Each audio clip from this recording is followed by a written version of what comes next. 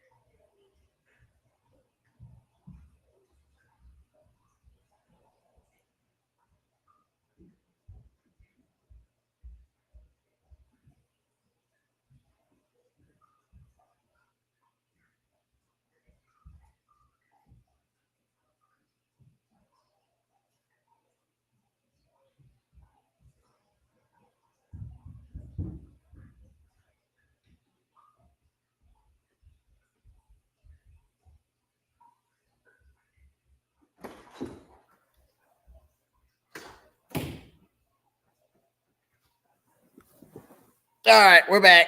Sorry about that. It's a little chilly down here in the shop. So I went and grabbed a hoodie and a blankie. All right. So make sure when you get on tonight, guys, drop me hello. Let me know where you're from. Always like seeing where we're reaching out to, and I always like to say hello back to you guys. So drop me that hello. Let me know where you're coming in from, where you're tuning in from. And if you want to let me know what your home lake is, I always like to see kind of where everybody's home lake is, home water, if you will, where you crappie fish at, okay? Not necessarily just the home lake next to you, but where do you do your crappie fishing at, okay? Let's see. Who all we got on? Scott Pace, what's going on? James Williams, hello from Saudi Daisy. Paul Gwynn, hello. Russell Odom, Mr. Lightwire Hooks, what's going on? Hope you're doing well.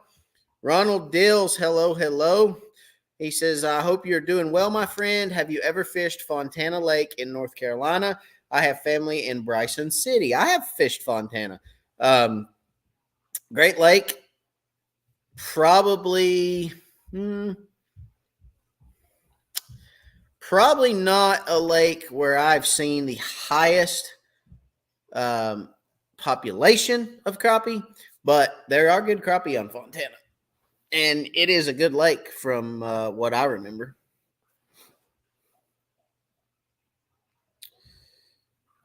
Hunter Stombaugh. Hello, Matt. Made it to Chickamauga for my first time Saturday for a little practice. Hope you're doing well. That's great. I am doing well. I have not had a chance to actually make it to Chickamauga. So the next East Tennessee Crappie Tournament Trail tournament is on Chickamauga Lake. That is going to be November the 19th, not this weekend, but next weekend. And I actually have not got to make it down there. So you're ahead of the game, Hunter, for sure. You are past me, if you will, as far as in the game. So hadn't been able to make it down there. Hopefully we'll be able to make it down there maybe late next week if I can grab a day off work or something. But I might not pre-fish at all. I may just have to come fish the tournament. So we'll see how that shakes out. See what happens. George Hamby, what's going on, George? Fort Loudon had some water clarity today. Yeah, I've been watching Fort Loudon, so it's starting to clear up. All our lakes really are starting to clear up. They're getting to the point where you can kind of see some of that cleaner water coming back into the lakes. The silt is starting to kind of dissipate a little bit, and you're starting to see a little bit better color in our lakes, but in the Tennessee River lakes anyway. Tellico, Watts Bar, Tellico, Cherokee, and Melton Hill are crystal clear. There's absolutely nothing wrong with those lakes, but Douglas, Fort Loudon, Watts Bar, Chickamauga, they all have some color. Okay, still yet have some color. So we'll see.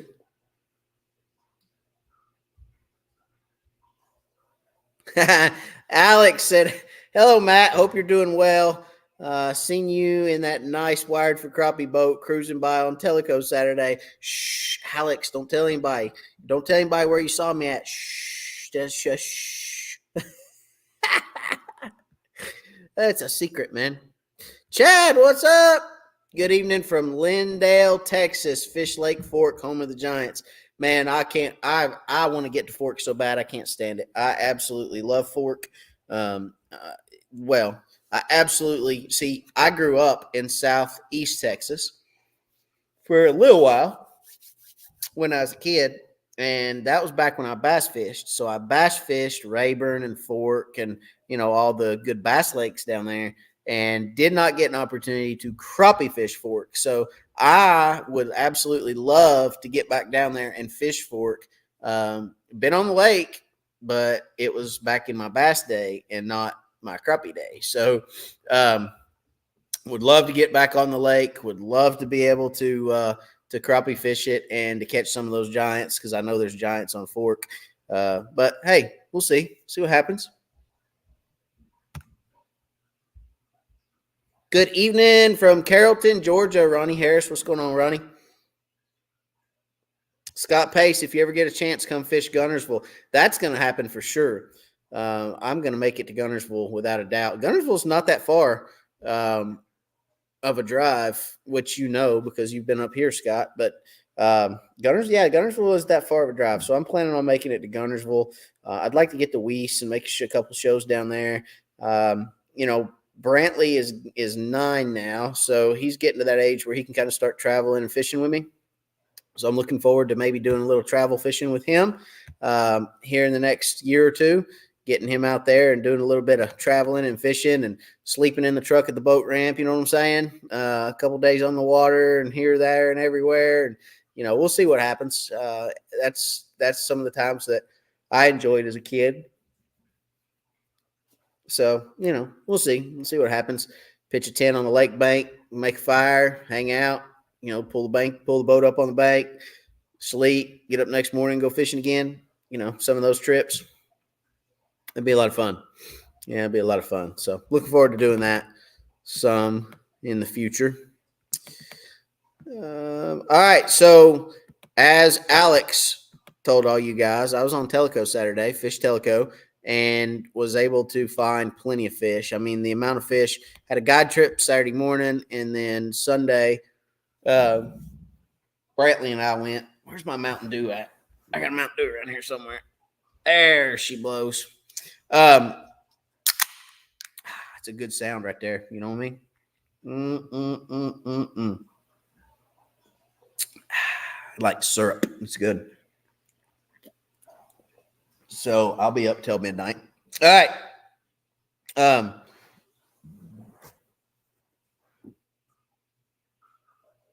Oh, thanks, Scott. I appreciate that. I will let you know, my friend. Thank you very much. For sure. 100%. Um, the, yeah, the lake down in Tellico, I'm telling you, it's clear as could be. The upper end of Tellico still got a little turnover happening, so there's still a little turnover that's happening up there. Not much, but a little. What's up, Nathan? So there was some of that coffee colored water that I've told you about. Not much. I saw it in a couple areas, but for the most part, it's turned over fairly well. And the fish have set up in that post turnover pattern, that winter pattern, if you will. So I found a lot of fish that were deep on structure, and they'll probably be there now from now until probably February, mid-February, 1st of March. You'll be able to catch fish in that pattern. Deep structure all over the lake. You should be able to find fish and catch fish. It's probably the most consistent time of year for crappie fishing.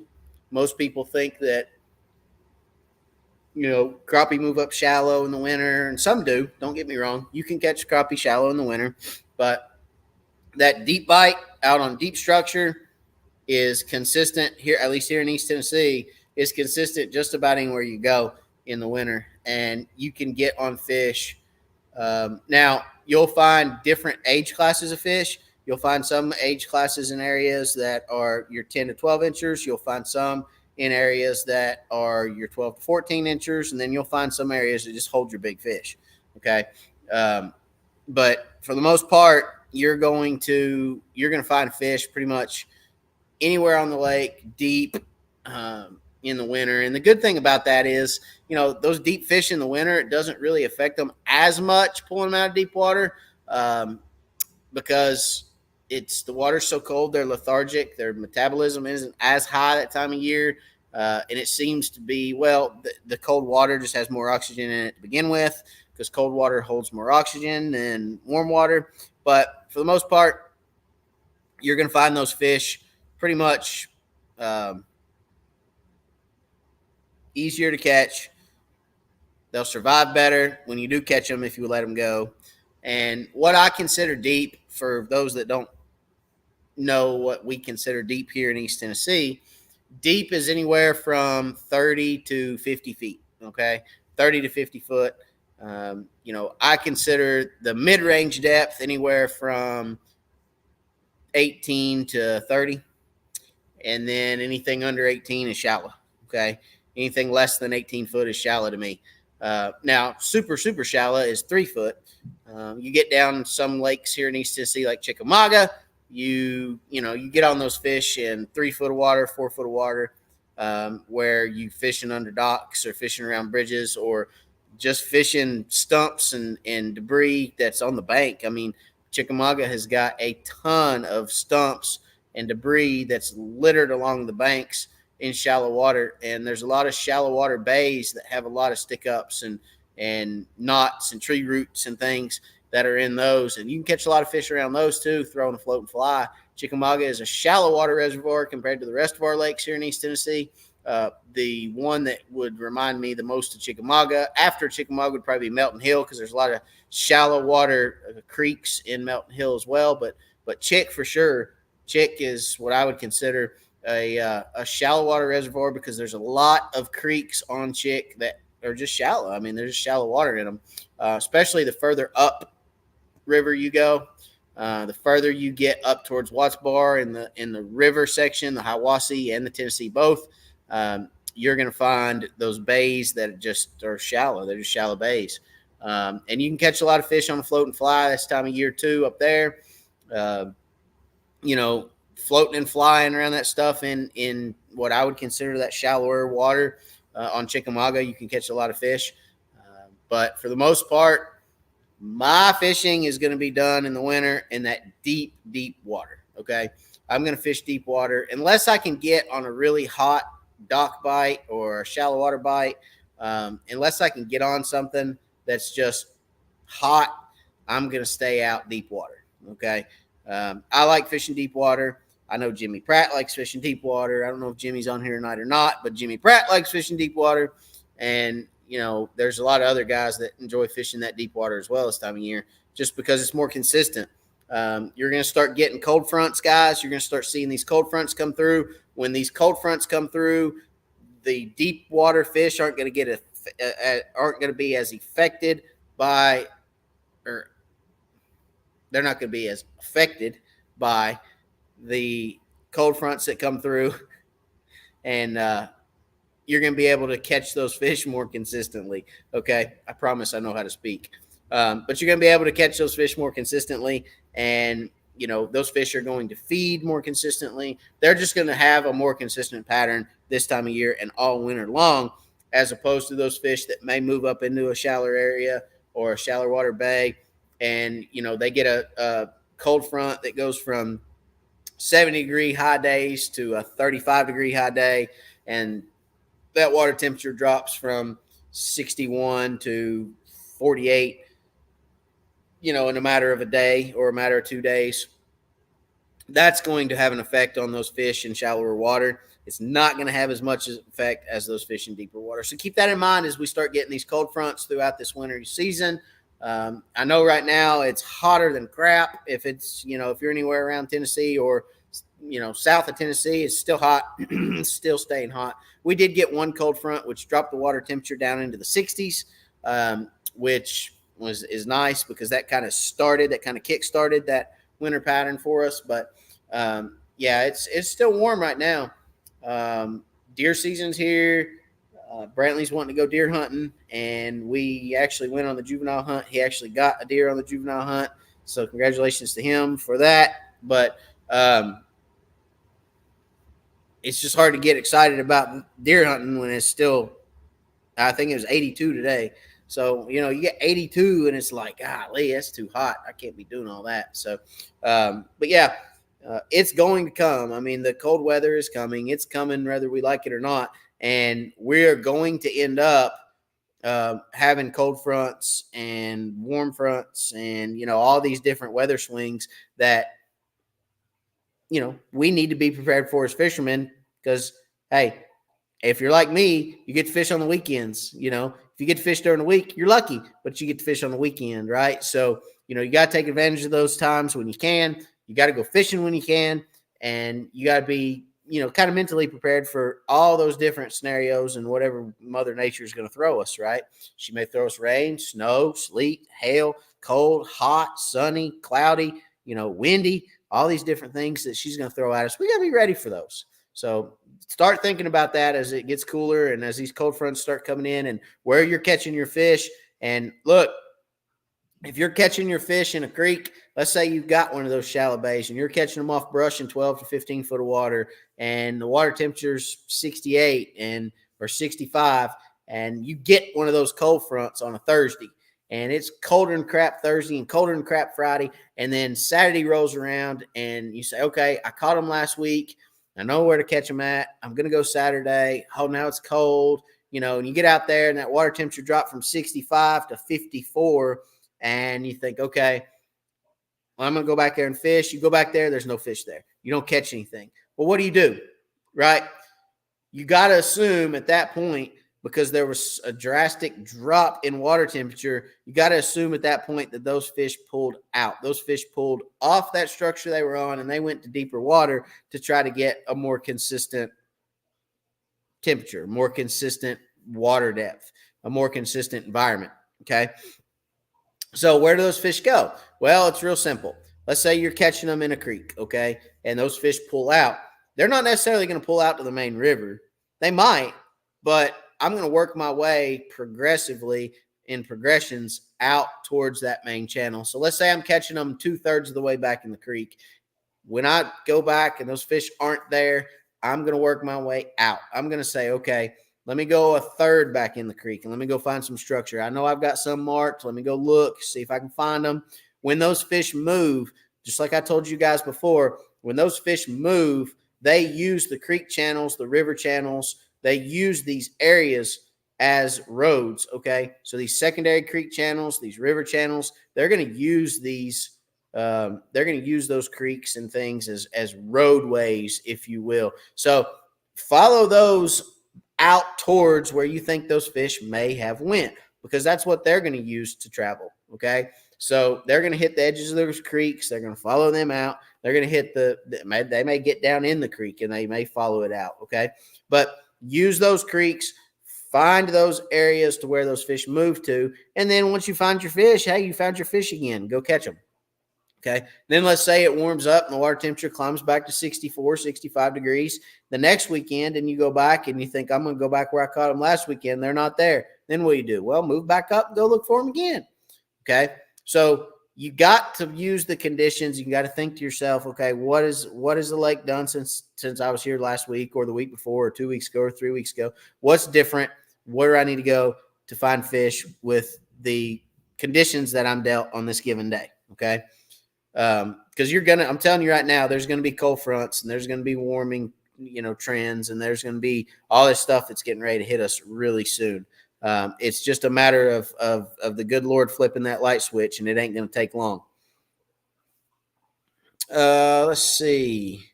Barry Wallace, hi, Matt. Watching from Robbinsville, North Carolina. Gonna try your Spanish rice crappie taco. Sounds great, man. I'm telling you, the Mexican rice, Mexican cheese, and crappie taco was to die for. Okay, and if you don't think so, Brantley says y'all are crazy, because I'm telling you, he ate that entire thing. He's like, "Can I have more, please?" I'm like, "Sure, absolutely." He absolutely loved them. It's a great way to eat fish. A lot of the ways that we're getting ready to get into with the crappie cookbook, a lot of the recipes that we're getting ready to try, some of them, not a lot, but some of them I've never tried. So I'm looking at some different stuff for myself as well to try to, cook for you guys. And I'll probably cook it for myself before I cook it for you guys, because quite honestly, I don't want to tell you guys to cook something that's going to taste like crap. I don't want to be like, this is,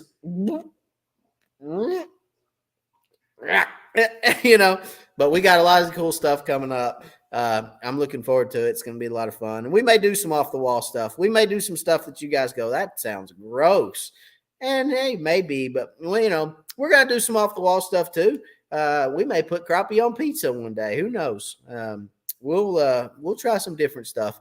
It's going to be a lot of fun. So if you're not following along with the crappie cookbook series, you should definitely check out the crappie cookbook series, because it's going to be a lot of fun. It's going to be a blast. I'm looking forward to it. TJ Fishing. Hey, Matt from Parsons, Tennessee. What's going on, TJ? Alwyn Blankenship. What's going on? Got the pink hand wave there. Hope you're doing well, buddy. But like I said, winter, find you some quarter-ounce jig heads, find you some bonehead tackle stump bugs, and go find some deep fish. Go find some fish that are down there in that deeper depth range that aren't affected by change. That's a lot of the reason why a lot of these fish go deep. And also they go deep because, like in the summer months when you have thermocline set up, all that water below that is really dead water. It's just yuck in the lake. It's not really a place that a crappie wants to live in the summer, but in the winter, when the lake turns over and all that water mixes together, and you don't have that dead layer of water, you've got oxygenated water from the top of the lake to the bottom of the lake. There's a lot of structure down there in that deeper water right off the bottom, or there is in our lakes. And I'm sure your lakes probably have some too. I mean, let's face it. If you put something in the lake, it sinks to the bottom, right? Or if a tree floats down the lake and sinks, it sinks to the bottom. It doesn't sink halfway down and stop. It sinks to the bottom of the lake. So once that bottom layer of lake, or that bottom water gets oxygen to where those fish can move down into it, okay, it gets reoxygenated with cool oxygenated water. Those fish want to be down there. They want to go down there around that structure. I mean, crappie are structure-oriented fish. That's where they want to be. So, if you have those structures in your lake, And you can fish that natural structure on the creek channels or river channel or drops or ledges or points. The ends of points are great places. I mean, these are all good places to look. Any kind of natural structure or man-made structure. I had a conversation on here a while back, the difference in brush and the difference in structure. So brush, you've got brush piles and stumps and sticks and stick ups and trees and all this different stuff. You've got structure and cover, right?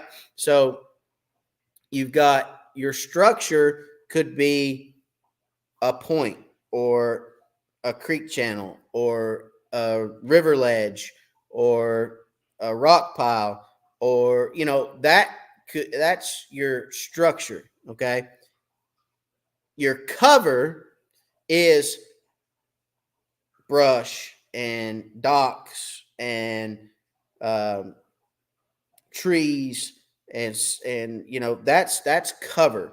Okay, so that's cover for those fish to get into, where structure is more of your natural type, drops and ledges and a hard bottom to a soft bottom transition, a pea gravel to a slate transition, natural type stuff in the lake, that would be considered structure. Okay, so we had that whole conversation a while back on a live, the difference in structure and cover and brush and this, that, and the other, and hardwood versus softwood. That's another big thing for me. A big thing for me in crappie is the difference in a hardwood and a softwood. So what I mean by softwood is like a pine or a cedar or a Christmas tree, or some type of soft wood. Okay, what I would consider soft wood, anything that they could make pulp out of, right?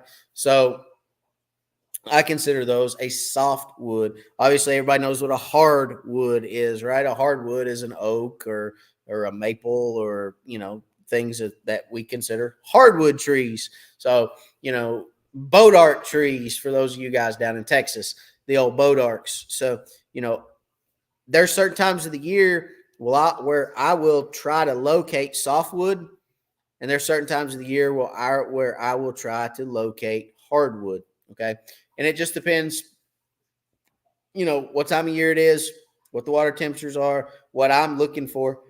Am I looking to catch a lot of fish? Say I got a guide trip and I'm looking to catch a lot of fish, or am I looking to fish a tournament and catch 7 of the biggest fish I can find? So I'll look for those different type woods and things. There's times when crappie will hold tight on, you know, floating docks. Okay, floating docks in the winter. Those black floats that are underneath the dock. A lot of times, especially when it's really cold but it's really sunny. Okay, you get a real drastic drop in water and surface temperature, but you get a lot of sun. And areas like those black floats, they'll suck up that sunlight. They'll be a little warmer, and they'll throw heat off into the water, and the water right around those floats will be a little bit warmer. A lot of times you can find fish that are sucked right up to those floats. You can concrete bridge pilings kind of do the same thing. Anything reflective that's reflecting off into the water. These are things that you guys have to kind of think about during the colder months to be productive on the water. Okay, to help you make the decision on where you're going to fish, what you're going to do, where you're going to go, and how you're going to approach winter crappie fishing. Okay. Let's see what you guys are saying here. I got a couple. Stuart Ferris. Hey, Matt from Southern Illinois. What's going on, buddy? TJ Fishing. Hey, everyone. Let's smash the thumbs up button. 42 likes or 42 watching and only 18 likes. Yeah, smash that thumbs up for me, please. If you don't mind. That lets everybody know that you like the content, right? You like what's going on at Wired for Crappie, and they should be a part of it too, right? They should be a part of it. So, but that's my kind of approach to winter crappie fishing, what I'm looking for when I'm out there on the lake, and how I approach the cold fronts and the things that are coming our direction fairly soon. So find that consistent bite. Make sure you keep all those things in the back of your mind as to, the temperatures, the surface temperatures, the water clarities. Let me talk about water clarities. I mean, we're going to get a lot of rain, okay? Or we're supposed to normally do. Right now we're not, but normally we get a lot of rain during the winter months, okay? It stays rainy. And a lot of times when it's cold and rainy a lot, the water doesn't, the ground stays saturated. So when we get those rains over rains over rains over rains, we get a lot of runoff. We get a lot of runoff into the lakes, and we get a lot of fresh water coming into the lakes. And that can affect fish in the winter, okay? Dirty water, a lot of real fresh water that runs into our lakes can affect some of those areas as well. So Dave Williams, hey, Matt, are you ready for the 16th? No, I am not. I am not anywhere near ready for the 16th. I haven't been to Chickamauga since the last time we fished Chickamauga, but I love Chickamauga. Chickamauga's been a very good lake to me over the years. It sets up really well for the way I like to fish. And I've been very successful on Chick over the years. So yeah, I'm as ready as I can be without ever being on the lake, you know what I mean? Or without being on the lake in probably a year and a half. So without being on the lake in a year, I'm as ready as I can be. But no, I need to get down there and do a little bit of looking around, because I have a feeling that there's going to be a lot of people in the same areas, and I kind of want to get away from those areas. I want to go find something away from everybody, and I don't really know where that is yet, but we'll see. We'll see what happens. I got to get down there before the 16th for sure. Skeeter Hayes, what's up, Skeeter? Skeeter in the house. What's up, Matt? I don't see Joel in the comments. I bet he's asleep. I bet he is too, that little joker. He called me earlier today. I missed his call. I need to call him back. I heard Skeeter went down to Chickamauga and was looking around. Skeeter was on the Chick, driving around, looking around, trying to find some stuff. That's pretty good right there. I hope you guys found something. I think Joel may have found some stuff. Dave says, we are headed down on the 15th, hoping to do a little scouting around. Yeah, that may be when I get down there, to be honest. I may try to get down there the day before, maybe 2 days before, or something like that, and look around myself. So, all right, well, we're going to call it a short night tonight because I have kiddos that are still awake upstairs, and I need to get up there and get to those kids and get them put to night-night. So we're going to call it a little early tonight. We've been on about 32 minutes, and like I said, we're going to call it just a little early. So we will catch you guys next week, same time, same place. Keep in mind all those things when it comes to winter crappie fishing, and it'll help you be successful on the water. So if you have any comments after the live, make sure you leave them down in the comment section. Discount codes, take advantage of those. FishingSpecialties.com, Wired 10%, and Stowaway Mounts 10% with the code Wired there. Take advantage of those, and we will see you guys next week. Same time, same place. Appreciate you guys for watching. As always, God bless, and we'll see you on the next one, guys. Thanks.